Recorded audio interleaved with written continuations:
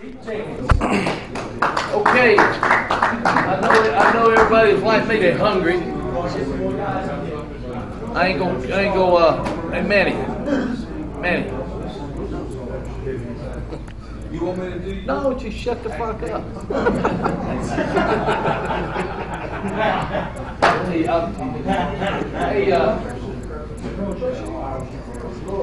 William, I'm gonna start when you get done.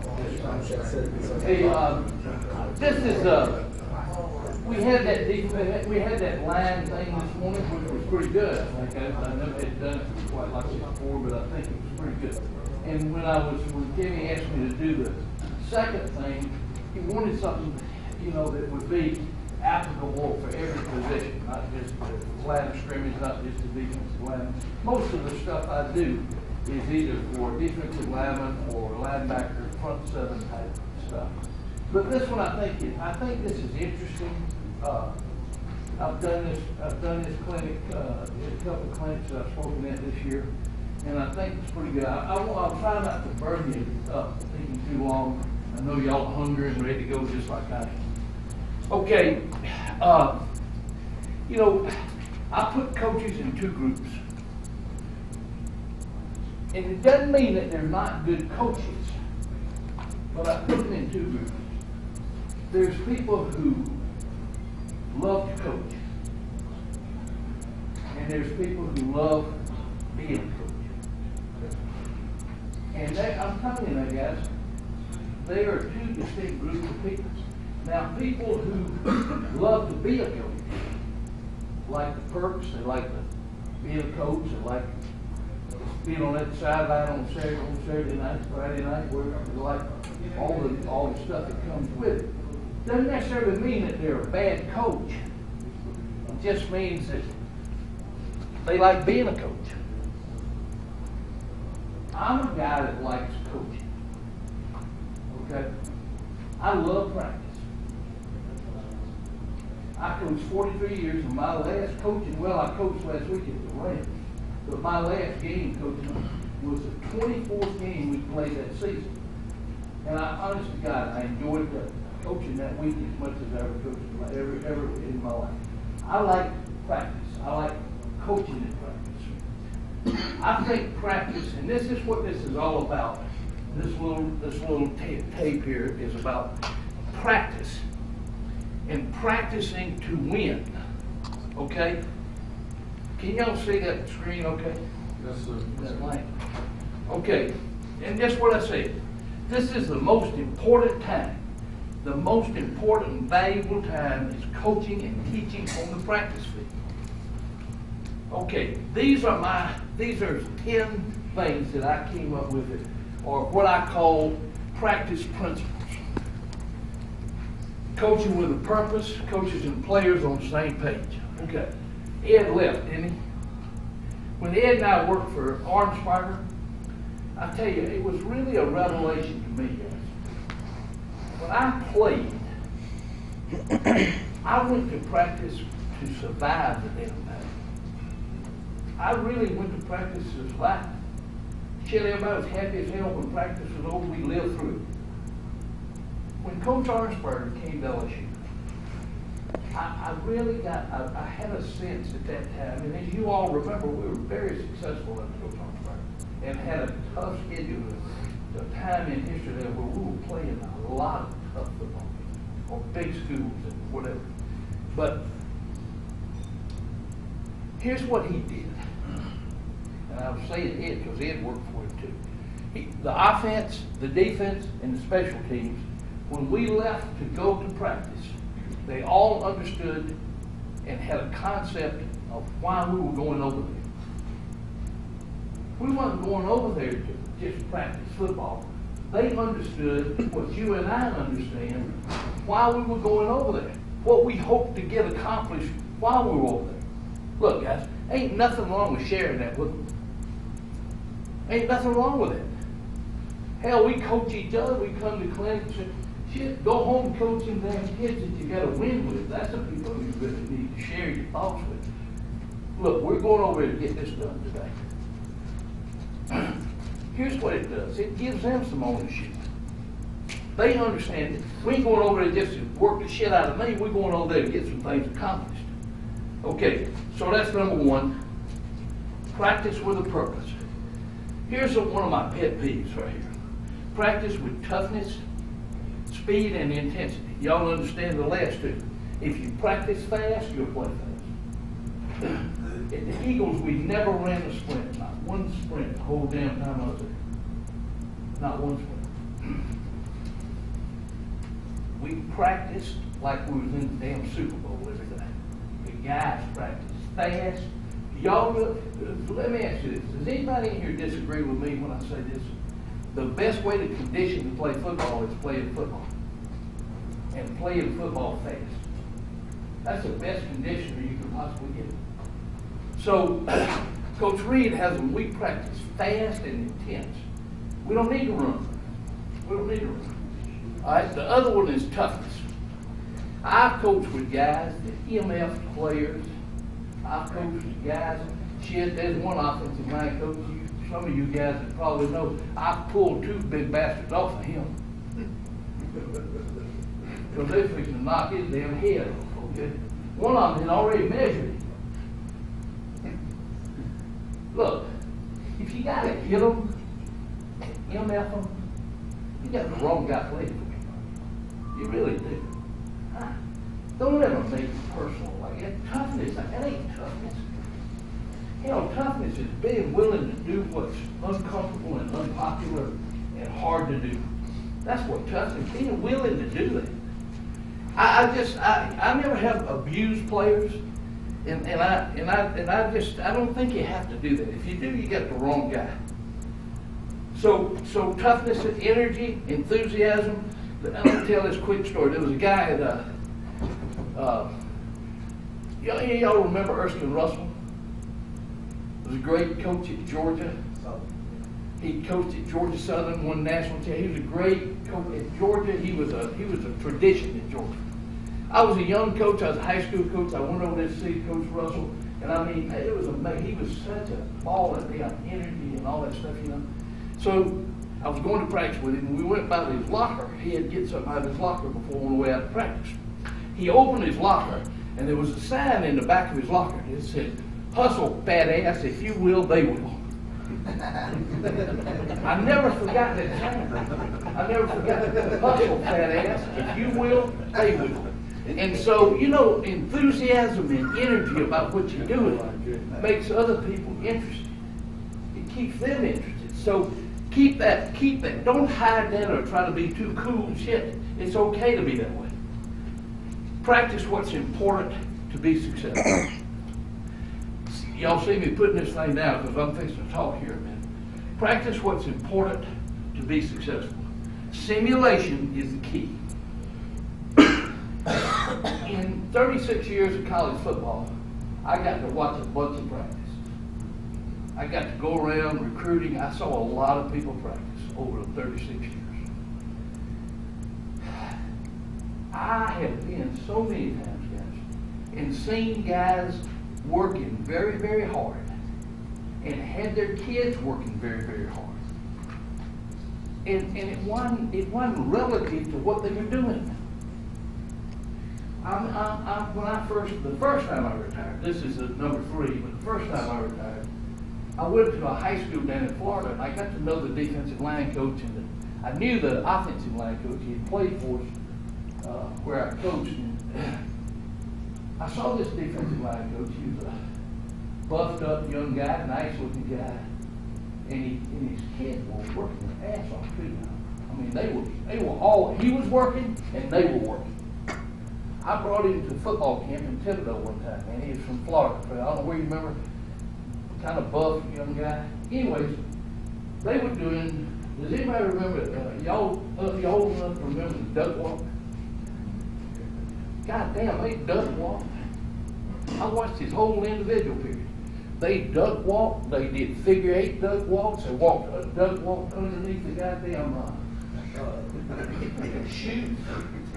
And I'm sitting there thinking, what can their scheme be? How is this shit related to what their scheme is? I couldn't wait for the team here to see how they use that shit. Well, as you know, they didn't use it. I mean, you know, but here's the deal. He was working like hell now, and they were working like hell. They were working together to get this duck walking done. And as we got to be friends, I brought him over there to the lion camp and everything, and he told me one day, he said, boy, that was some foolish shit that I was doing. I said, well, I wasn't going to tell you that, but duck walking went out of style a long time ago, okay? Now, stimulation is the key. If I give you a good picture, and you give me a good picture, we grow. Not just a scout team, Chris. I'm talking about those other offensive linemen. I coach those guys hard, and I tell them, look, give me a good picture. I'll make damn sure he gives you a good picture. So simulation, I think the better the simulation, the more progress that you make. So simulation being a big key for us. Number 5, consistency regardless of the opponent. When Orangeburg was over there, we won 16 in a row on the road. I didn't even know it until 3 or 4 years later. I read it in the paper. I read it in the media guide. You could come on the practice field at LSU when Orangeburg was over there, and Saban's just about his there. You wouldn't know who we played. Then I worked for one guy, guys. When we played Alabama, he'd be up here. So we'd play hard as hell. The next week, we might play Mississippi State. He didn't get excited about that. We may be way down here. Consistency. Consistency, you practice consistency. I tell you what happened with me one time. I was at a SEC school, and we were playing a small school, and the head coach had a big thing he did on Friday night. None of us got to come. He did it with the squad. Well, I heard Saturday morning he didn't do it. He didn't do it. We had to fight our ass off to tie the ball game at the end of the game before overtime. But we had to fight our ass off to tie the game right at the end of the ball game. Well, what message did he send them? This is a shitty team, huh? Yeah, I'm the schedule. He takes the whole schedule. I'm not going to do no things Friday. I think consistency, regardless of the opponent, helps us all. And then stay with fundamentals. Practice with consistency. Stay with fundamentals. I read it in the paper. I've been reading the paper for years. I read it where a head coach in high school or a head coach in college or a head coach in the NFL, he says, we're going back to fundamentals. I don't have to read the next few lines because I know what the next few lines say. I've had my ass whipped. Hey, cut to the chase. Stay with fundamentals. It's like I said in here in the line meeting this morning. If you don't use it, you lose it. And you want to stay with those fundamentals because that gets you through the tough times. Okay? Number 6. This is important for y'all, I think. Weather, school schedule, so forth and so on. Have an advanced plan. Don't practice and say, Wednesday, say, well, shit, we're such and such is going on, or we got storms coming, or whatever. Look at the weekly weather. Look at like, I'll tell you what happened to me. I'm almost ashamed to tell you this at LSU one time. We had a departmental exam. On Tuesday, we got ready to go to goal line. And we didn't figure out the departmental exam. We could get them out of individual exams, but the departmental exams, we couldn't get them out of. We go into goal line, we had 7 starters missing off the goal line. That's bad coaching. That's bad coaching. I mean, we should have worked on that damn goal line because Tuesday was our goal line day. We should have worked on it earlier in the day, earlier in the practice period, when all them guys were gone. We should have adjusted that schedule where we didn't miss those guys. So I think if you apply that one, it saves you some time. Here's another one. Unusual schemes, whether it be blocking schemes, protections, plays. Don't wait till the end of the week to work on them because they're not going to ever be comfortable with them during the game. If you work on them early and you work on them often, then by the end of the week, when they get in the game, they feel comfortable with it. So don't wait till the end of the week to do that. Work on it early and often. Practice the Let's obvious. go back to the last slide, please. What the hell, so you, Just trying to write it down. okay. All right, William, just for you, baby. Did you get it that time? At least one time you did. I'm coming back. Just take on. Well, shit. That's what we do. R, I know. R is reverse, ain't it? Yeah. Here it is. Get ready, William.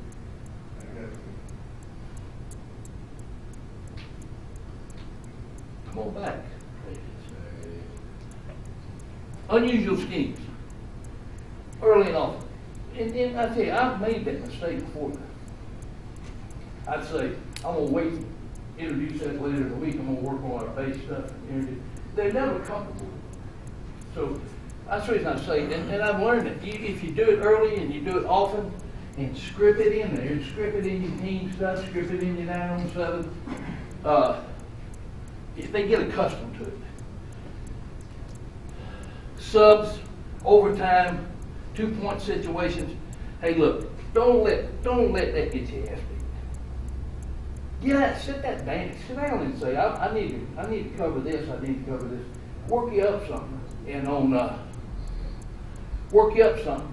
and then on Thursday, when you play your mock game, spend some time on it. Create that situation. I tell you one that's always held on us, too. Goal line to nickel. You know, you good on goal line, and then all of a sudden they run a bunch of little bitty guys out there, and now you got to go to your nickel concept. You got a bunch of big ass guys to get off, and a bunch of little bitty guys to get on. We're always working things like that, and running your kicking team on the field, and making sure that you get a chance for at least a chance for a field goal when you can. But those situations, just sit down and write those things out and make sure that you cover them. Practice the kicking game. I ain't gonna say no more else about that. We all give it lip service. We don't teach it enough, to be honest with you. Okay. Ed said this a while ago. I heard Ed say it, and I, working for Arnsparger, both of us here and all this same type of stuff. The two guys I worked for in my lifetime who did the best job on situations with the football team were Arnsparger and Nick Saban. Look, the game ain't nothing but a bunch of different situations. You're out there, it's 1st and 10. Here's the situation. You're out there and it's 3rd and 10. You're out there and it's 2nd or 3rd and 1. That's another. The game ain't nothing but a bunch of situations. But the more they understand what you want in those situations and what you're looking for, the better we're all going to be. Okay. I work for a guy. Questions that we all share: what to teach, how to teach it, and how long and how often to teach it. We all share those same questions. Okay. I worked for a guy at Florida years ago named Charlie Pell. I've mentioned him twice today. One time I told you he 6-point explosion, everybody did it. Okay, that was the one guy that before he get pissed off, he'd rub his eyebrows. We'd all get uncomfortable. There was an ash to him coming and we knew it. But he was a hell of a football player. If he hadn't gotten in trouble with the NCAA, we all of us that worked for him believe he'd be in the damn Hall of Fame. He did. So he was good. He was a good football player. When I first went to work for him, I think he was helpful to me. I think even today, some of the things that I learned from him, and I learned from everybody, but some of the things I learned from him have been so valuable to me. Here's what Coach Pell taught Pete Jenkins. Step back. Look at the game. Get your emotions out of it and look at the game. Identify and define positional needs within your scheme of offense, defense, and I should have kicking game. There's needs. I don't know what you run, Coach, but there's needs in that system that the players who you're responsible for need to do for y'all to be successful. You got to identify. You need to identify them in your mind and Hank, write them down, right? Checklist, write it down, okay? Coach Pell taught us that. Identify and define those positional needs. Okay, here's the way he broke the game down. This was the components of his teaching. Identify the skills, just like we talked about. What's the drill? Did you teach it? And how long do you spend on it? Okay. Chris, teamwork was not counted in that because that was to polish it. Okay? If you came to work for Coach Bell, he'd say, okay, Chris, go home tonight, make me a list of skills in the running game the offensive linemen got to do, make me a list of skills the defensive linemen got. I mean, they got to do in the running game and the passing game. You bring it back, one day he says to you, Chris, go to the board. He pulls your damn list out. He says, you identified so-and-so as a skill. Tell me how you teach that. And tell me how long you spend teaching. So the skill you identified, you had to have a drill somewhere where you taught it. I heard we hired a guy from Southern Cal. He's a running back. When he came to work, I knew what was going to happen because it happened to me and I'd seen it happen to everybody. He asked him one day, he said, Ellie, his name was Elwood. Ellie turned in his stuff, and one day he looked at his stuff and he said, Ellie, go to the board up there. He said, the exchange between the quarterback and the running back. How are we going to do that? That's pretty important. You listed that's pretty important. How are we going to do that? He said, well, when I was at Arizona State, we did it like this. When I was at Southern Cal, we did this. And what Coach Pell said, we all saying, oh shit. He said, Ellie, I don't give a shit how they do it in Southern California. I want to know how you go teach it to the Florida fighting fucking Gators. Okay? And Ellie really didn't have a way. He didn't really have a way.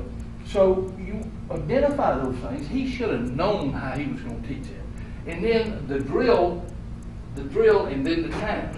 Okay, the skill, football skills, mental and physical, relative to positional needs and successful execution. All right, I'm going to show you a Pete Jenkins screw up. This is a Pete Jenkins screw up right here. This is my first year at the Eagles. And one of the things that we did, big guy, one of the things that we did on this particular blitz, we were A-gapping, B-gapping, and this guy right here, we were wrapping. We were wrapping him. If the tackle blocked down, his assignment was add right there. You with me? We only wrap, Chris, if the tackle blocked out. If anything, and we just told him, if the tackle blocks down, abort that and add right here. Okay? So we play in the Giants. That's a big ass game. Here's what Pete Jenkins, left defensive end, did. What did the tackle do? Block down. Block down. There's JT right there. He's going into that wad of crap. Look at where JT should have gone. Okay, and there was a reason for that, guys. That's the way that's why Jim wanted to talk that way. Okay? So we look at this film. We look at this film and Jim says, JT didn't add right there, Pete. Look at that window right here. Okay? And here's what I said to him. I said, Coach, you know what? That's mine and his fault right there. We've done it a little bit in team every now and then. We talk a little bit about it and everything. But I ain't drilled it. There's a skill that I didn't have a drill for. Okay? And you know what? I could have said, well, he's a dumbass. Or I could have said, you know, he's a piece of shit. He ain't no good. I coached with guys who did that, who laid it on them like that. That wasn't JT. That wasn't just his fault. That was my fault too. I had to bear that with him. Okay? Because I believe his effort is him. His technique is you and him, or me and him. So what I had to do, because this was a prevalent technique, I had to find me a time to work on it during the course of the week. All right? So I shared that illness right there with JT. Now, several weeks later, we played the Cowboys. And you're going to see big ass block down here. And you're going to see this boy Ed. This is the same principle right here. Here it is. He reads he reads the down block, and he adds. And we get the sack. Don't get the fumble, they get it. Okay. Now what I'm saying, here he is one more time. Right here. He adds. All right, my point is this. That was on me now. That's on me. When I first went to work for Nick, we had that what he calls a loop scoop on your tackle to your potential dropper. We played early in the season. Howard Green took the loop step. They scooped a play. They ran a cutback, and the safety luckily made a tackle for about a damn 8-yard gain. Nick said to me, Howard didn't stick that foot in the ground and come back. And I told him, I said, Coach, I'll be honest with you. I said, I ain't got around to working on it yet, but I'll get that shit fixed. Because that's what we got to do, guys. If we make that mistake, we got to get it fixed. He said, well, Pete, you know, he got to know how to do some things. I said, Coach, he played at Donaldsonville High School there, and they play good football, but they don't have a very big staff. And when the ball snapped, it looks like somebody opened up a damn can of worms. I mean, they go everywhere. Good news is they got good athletes going. Then he went to junior college, Southwest, and I said, I know them fellas over there, they got to bust their ass to teach them to line up right. I know he ain't learned. So where would he have learned if I didn't teach it to him? Where in the hell would he have learned it? I can tell you this, guys, he'd never busted again. Because we got that fixed with him. Okay? The drill is a process designed to help your player understand and become physically proficient at techniques needed to play winning football. Okay? So think about your drills. I'm a guy that really thinks about drills because I want to put my piece in the puzzle. I want to put it in place. I've always wanted to be part of the solution and not part of the problem. And I want my players to do that too. Okay? Now, the time allotted is based on two factors. Number one is how well or how poorly your players are executing. If they're doing it well, if they're executing the skills well, then you just polish it. You just polish it. If they're executing them poorly, you coach it and rep it until you get it fixed. Okay, so that's one of the ways that we know how much time. The other one is this. In season, the specific nature of the opponent's offense or defense. Okay? It always dates me, but I use it anyhow. Okay, this is an example. When we played Coach Bryant,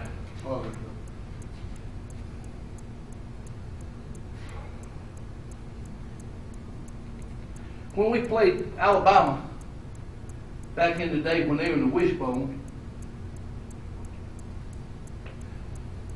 I can tell you right now, just stop. I didn't never do the draw drill. Shit, they didn't back up, Chris. Them sons always keep coming that way. So that was something I eliminated from my practice getting. When Spurrier came into the league, I did the draw drill at least 2 days a week because he'd wear your ass out with a slide draw if you couldn't stop it. You'd get you a damn belly full of it. Especially after he got ahead of you. That's what the damn guy was. He'd throw it and then run it. You know, just did it backwards and going for it. But those two, I didn't do it. If we play in Alabama, I didn't do the draw drill.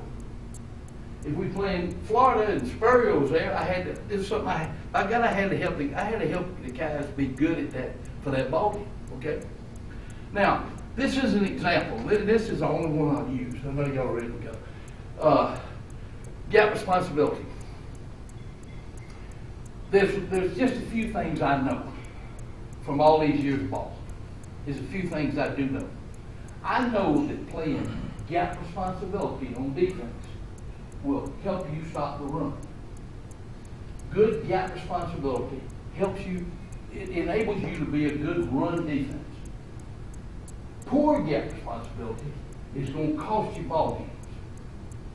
Okay? So that gap responsibility is an example of a skill that I want to talk about for a few minutes. Okay. We talked about this today in the lineman meeting. Gap identification. Now, it doesn't matter. Ham sandwich, turkey sandwich, barbecue sandwich, shrimp po' boy. It don't make a shit, okay? It's just talking. It's where you don't tell them hungry. It's where you and your players have a communication point. A gap, B gap. Was that ball in the C gap? How did they block that? You know, you need to be able to communicate during the game because that's part of your responsibility is to help them during the game.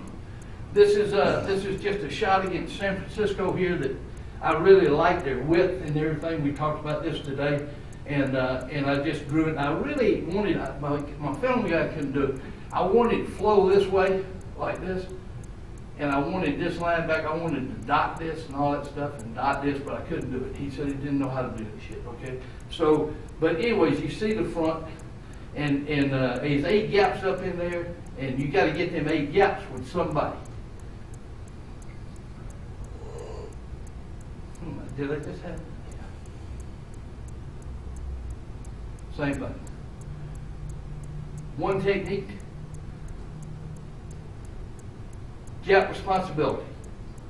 Ball's out of the gap. Watch that Florida center.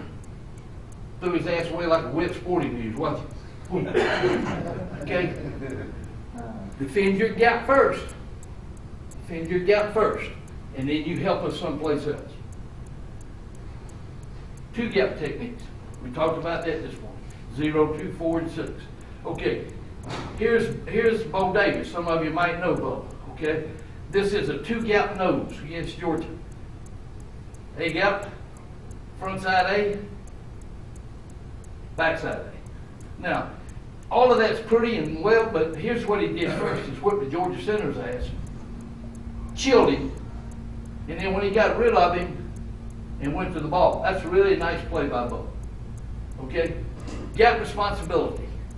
This is the drill. The drills. First thing I do, guys, is I always work on a line. And hopefully when the drill is finished, this guy's feet are across that line. Because we're always talking about working up the field, pushing on the blocker. Okay? So here, the thing he's going to do is stab the blocker off. Stab the blocker off. Press the blocker as you locate the ball. Eyes lower than the blocker's eyes. Primary gap. There's a ball carrier coming right here. He's coming to the secondary gap. Release. Release the blocker with a violent release and make the play. Okay, you see this a little bit better. Here's a 5 technique. And the ball comes to his gap. Okay? Here's a nose in the game. Does a good job of whipping the Alabama center's ass. Eyes lower than the blocker's eyes. Got his face in the gap. And we talked about hand placement today. He's really got a good job of hand placement. He's got that hand in that damn center's throat right there. And you can see that old boy's got his damn back bent. That's Larry right there, Coach. No, that's Corey Sears. Okay, here's a 5 technique with the ball going in the secondary gap. Play your gap. Play your gap. Now, release and make the play in the secondary gap. Okay, and he knows this. When this is his secondary gap, somebody else has got that. Somebody else has got that. Fits between the front and the linebackers. fitting the linebacker in with the front is so important in being a good run defensive team. Okay, here's a 5 against Alabama over here. Ball commits inside.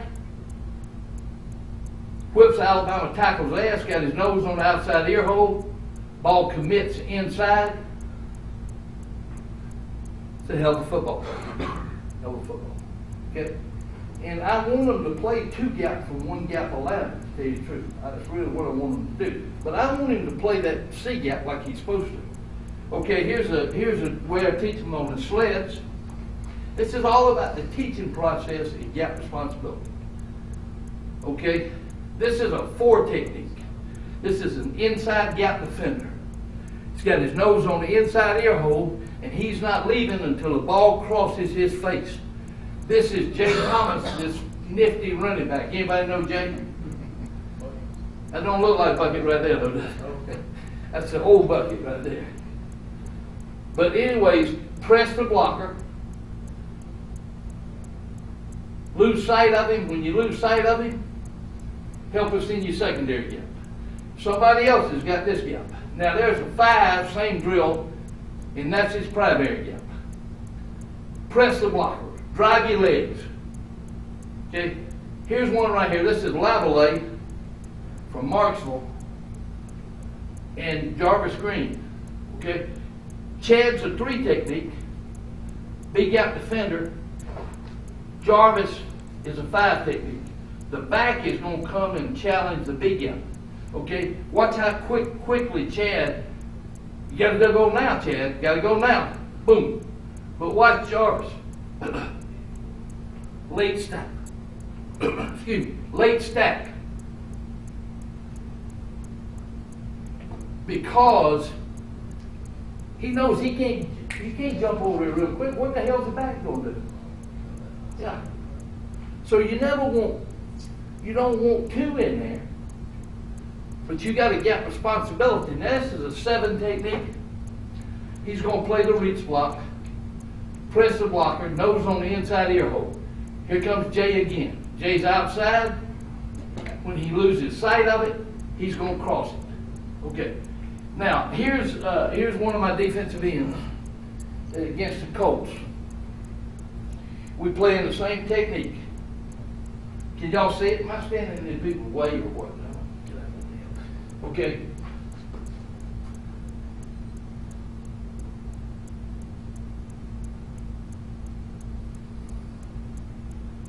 Inside out, nose on the inside ear hole. When the ball crosses, he crosses. Makes a hell of a play. Now, anytime we got a guy playing inside out on the ball, it means that he becomes the seam defender. He becomes the seam defender. He's got an outside defender who's going to be the containing guy on the play. So I want him to play inside out, cross it, and now he becomes the seam guy between support and the ball carrier. This, I forgot I had this on here. This is just a TV shot of the same play. Great steer. Great steer on that outside pad. Crosses it and makes a nice play. Okay. Now, one thing we talked about this morning, the back is telling him right now, I'm going to the edge. It's telling him we're going to the edge because of what, it's not going to be a cutback. You can see that. Nice play by the 17. Okay. Now, hopefully you're seeing this. Yeah, that's a great play. How do you get there? How do you get there? There's a process of teaching him how to get there, okay? Now, this is going to be a cutoff on a 7, and I don't know where I'm going to go into this to tell you the damn truth, but I can't make the sled move. So Monte right here is the tight end. He moves inside. That brings me in there for the cutoff block. Cutoff block. I nose on the inside ear hole, stab him off, drive your feet. Now Monte becomes a ball carrier. Now he's going to work back outside. This is the same kid you just saw on the sled right here against the Ravens. Cut off block. D gap defender. Take away the inside gap. Take away the outside gap.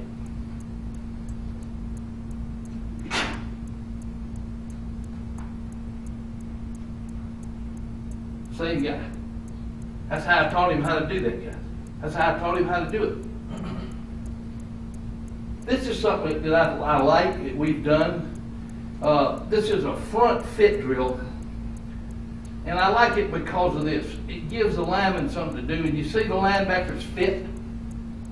The linebackers are fitting on flow.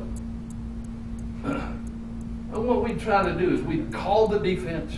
We get in the huddle first. Get in the huddle, break the huddle, call the defense, get the alignment, snap the ball, and have flow, and let people play gap responsibility. Fit drill, front fit drill.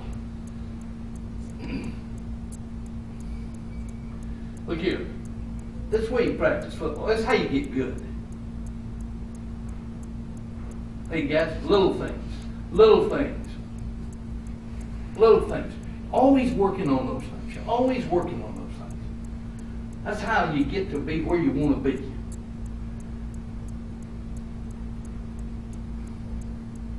Look here. Backside 5. Open your hips, okay? Gap responsibility, this is an off-season drill.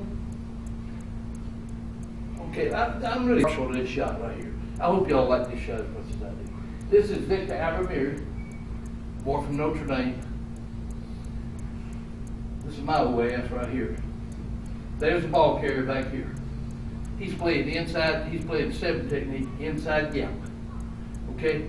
Now I'm going to tell the ball carrier, challenge the C gap and pop it to the D.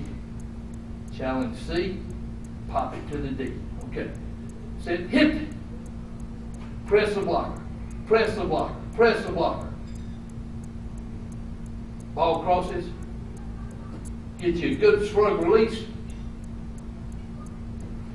And release. All right. Here he is. This is the same guy. This is Victor against the Bills. Tell me y'all see it. Guys, that's exactly what we're just working on.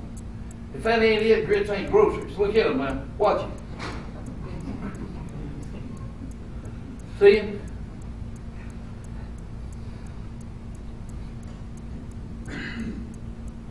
Okay, this is a great view of it right here. Here he is right there. Nose on the inside ear hole. Ball carrier crossed. He crosses. Okay. After this game, I was talking to Victor. Now he's a bright kid and a great kid. I said, we talking, and he said, we're talking about this play. And he said, Coach, when I was walking back to the huddle after that play, he said, I thought to myself, damn, that is just like that damn gap responsibility drill that we do. And I said, yeah, that's right. That's why we do this. Since we make plays like that right there. Okay? And what I worked hard to do was find a guy in the drill and find a guy in the game. Playing the gap responsibility like we want him to. Okay. Here it is here. You see this next view a little bit better. Pressing the blocker. Here comes my manager. He runs right in the crack of this guy's ass. And that's a 5 technique, so boom, he commits right now. Great release. Good. Now, here's something I'm going to show you guys that I insist on. I insisted on it at every level. Your ass be ready to go. Time is our enemy. As soon as they finish here, I'm stepping right there. And Bryce White, somebody in here was telling me today they coached Bryce early. Here's Bryce right here. Him and Jarvis are ready to go. And this right here, that's Derek LeBlanc. Anybody know Derek? He works over at LSU from Carencro. He's about 100 pounds lighter, probably right there, yeah. But anyways, he's ready to go as a back. We talked about those arms today. See how we can work that release? Boom. Snap that. That's a shrug release. Snap that shrug release. Okay. Byron Dawson, my boy up at Evangel. This happens to be the off-season program right here at LSU. Press and blocker. He's the left 3 technique. He is the left 3 technique. There's his B gap.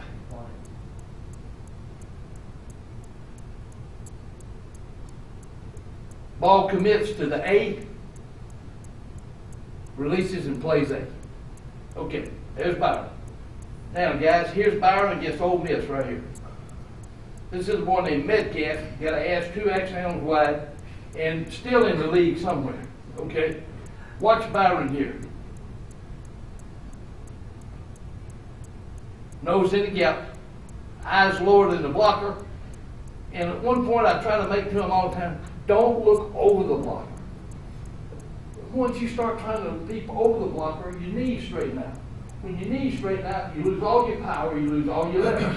So peep in the gap and watch release.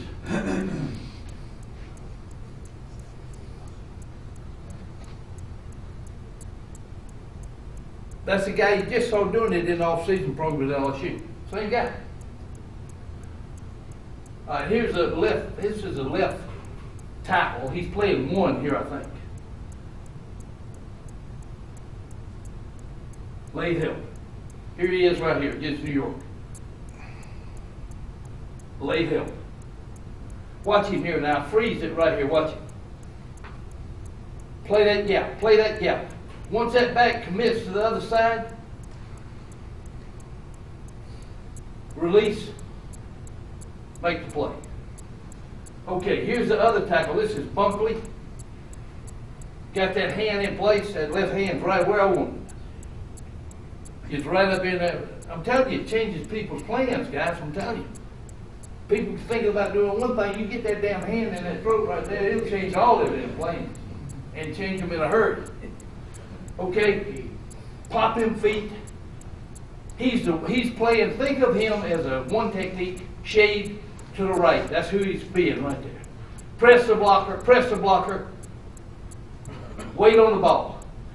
Got them shoulder square. I know he's always subject to making a cutback. Okay, this is him in the game right here.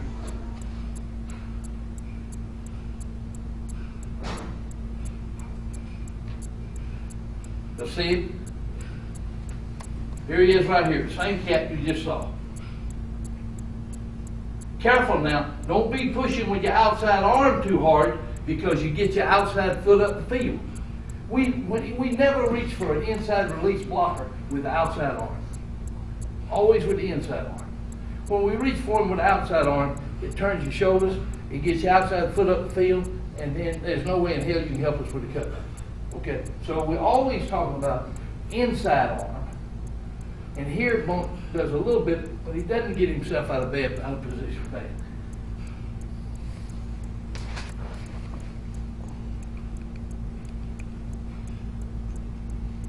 I'm going to freeze this when you take a look at it and see.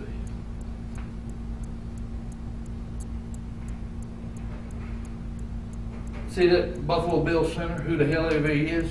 He's done changed his plans. And what we do here, what we're doing here is this. And you got to decide on things like this when you decide on your gap responsibility. Here we got that, he's playing on this side, okay. So he's got that center post. And the ball he's looking right now is always that thread of that cutback. Because of that. Okay, now Timmy, here we're going to do? We're going to play backdoor with the linebacker and cross that guy, or we're going to play backdoor with the nose and run the linebacker. That's what y'all have to decide. When you decide on gap responsibility, it's all about fitting the linebacker with the front. Here, what we doing, we going ahead and run in the back. And we play in the cutback with the nose and the backside defensive end. But we're letting the linebacker float. But that's what gap responsibility does for you. It defines who's got what. I coached with a guy one time. He wanted to say, okay, on cover 6 and cover 4, we're going to the C block, the center block it back on the top. On cover 6, we're going to cross it because we got a down safety. And I said, shit on that. He's got 300 pounder about this far from his damn face trying to knock his damn head off. I ain't worried about cover 6. Give him one way to do it and I'll teach him how to do it. I don't want to do it 2 ways based on coverage. That's too much. That's too much. You know, and you guys that don't coach the defensive line, the one thing you got to do too when you're a secondary coach, you got to remember this: you're standing your ass back there, 9-10 yards deep. Yeah, you can see a lot of things. When you're about that far from a big bad motherfucker's face right here, you ain't got time to be looking around. Coach Sutton asked me one time, the tight end, they moved the tight end. He said, "Can you see his feet?" Talking about the damn guy, 2 technique, I think, or one guy. I said, "Shit, I can see his feet, but I don't know who the hell it is. I ain't gonna look up and see either." Yeah, I can see his feet. Okay, I got about 3 or 4 more examples of this shit, but it's all about the same thing. And what my hope is that film guy in here? Is that film guy in here? There. Oh, I just want to go to the next thing and I don't know how to do it. Because I wanted you to see the last line. This was boot contained and everything. It's basically the same type of stuff. It's just the drills that I use. Look at it, guys. Will you move that to the second, Darren, please? Okay. That's the front. Go to the next thing. Next program. Next is like, 2.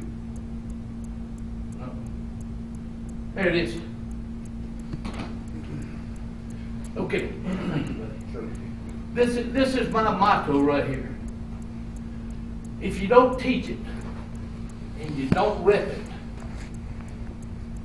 and you don't get it, don't be surprised or pissed.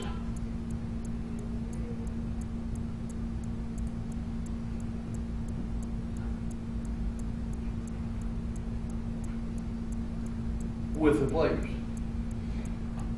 Look in the mirror, Chris. Look in the mirror.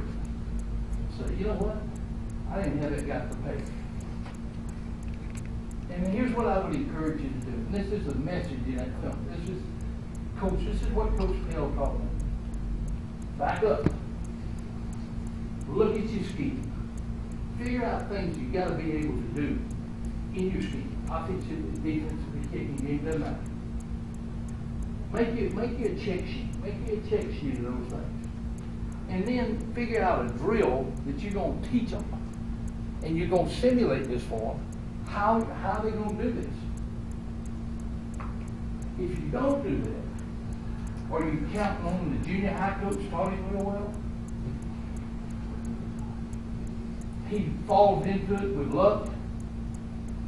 You know what I'm saying? If you don't do that, then it's hard to hold him responsible for not getting it done. If you teach it, and you do a good job teaching it, then you can look at him and say, you know what? You didn't stay on the backside of the center play here. Then the illness is on him. But I encourage you to do that. I know that this has helped me be more successful at helping players. It's helped me be more successful at helping players. And everything I do, guys, everything I do is geared that way. There's a reason for this drill. There's a way of doing this, and this is how we teach it, and this is how I drill it. And when I put a guy out there, he's been taught. He's been taught. You say, well, that's too much time. Well, shit, it ain't either. There's a ways to find time, and there's a ways to steal time, and you got to do it sometimes. I'm pretty into that. I coach with so many guys. You know, it used to piss me off so bad. I coach with so many guys that see a guy with a chair outside of the window, you know, and they say, well, he's a dumbass. Pell used to say this to us. His effort grade is his. His technique grade is yours and his. So when you got a guy that ain't playing worth a shit, you got to carry that illness with you. You got to share it with him. And you got to find a way to get him better. You got to find things just like I did with JT on that damn tackle blocking down, Ed. Coach, I ain't working on this shit. I ain't working on it. I'll tell you, the next 3 years I worked on it. I had a period during a Friday that I worked on it because it was important to the gym, it was important to the ski. I appreciate it, guys, and it's been nice spending this week with you. Has it been a week? Month? Whatever it is. Coach, you still got 5-10 minutes, man. You want to keep going? No, I'm hungry. Let's go. Thanks, guys.